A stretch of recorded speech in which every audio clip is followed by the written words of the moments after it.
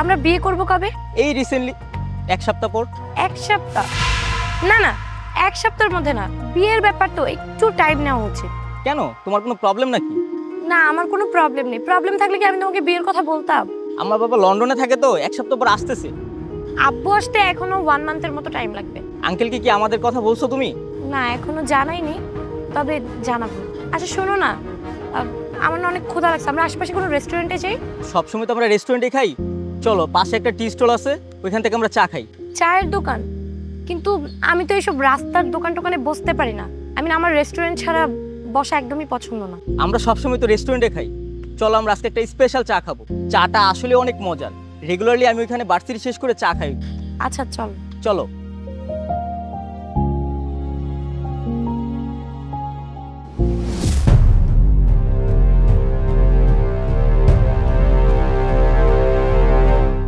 এই দুইটা চা দিও তো। আরে ভাই তুই সমস্যা কোনো? না না না, কিছু না, এমনি বললাম যে ভালো করে চা দেওয়ার জন্য। আমি না এইসব জায়গায় একদমই বুঝতে পারি না, আমার খুব আনইজি লাগে। আর কিছু এখানে চাটা অনেক বেটার, খেয়ে দেখতে পারো, অনেক ভালো লাগে। তুমি আগে আদার্স যেখান থেকে চা খেতে না রেস্টুরেন্ট থেকে, এইখানে ওইখানকার মধ্যে এখানে চাটা না, ফুললি ডিফারেন্ট।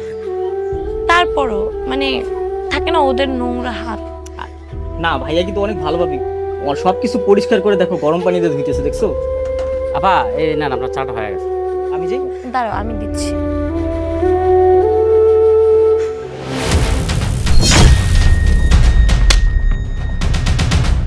ছোট লোকের বাচ্চা, তোর সাহস তো কম না?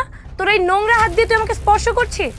আপা আমি আপনার গায়ে কই হাত দিলাম, ভুলবশত হাতটা লাগিয়ে গেছে। ইচ্ছা করে করস না? তোদের মতো না এইসব বস্তির ছোট লোকদেরকে না আমার খুব ভালো করেই চেনা আছে। উইদাউট পারমিশন তুই আমার গায়ে হাত দিয়েছিস কোন সাহসে? আপা আপনি বারবার এক কথা কইতেছেন, আমি ইচ্ছা করে করি নাই। আপনার মতো ছোট আমার একটা বোন আছে। এই আপা মানে? ম্যাডাম বলে ডাক তুই আমাকে।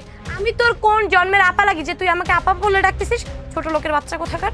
অবশ্য আমি তোমাকে এর জন্য বারবার বলছিলাম যে আমি এসব নোংরা জায়গায় চা খাবো না। কেন নিয়ে আসছো তুমি আমাকে এখানে?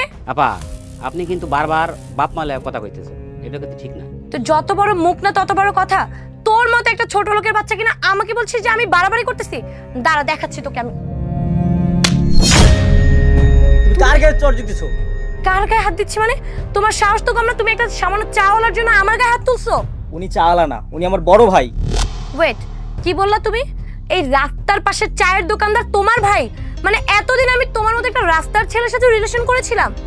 আসলে কি তানিয়া, উনি আমার বড় ভাই ঠিক আছে, কিন্তু আমি তোমাকে মনে প্রাণে ভালোবাসি, তাই আমার পরিচয়টা আমি তোমার কাছে গোপন রাখছি।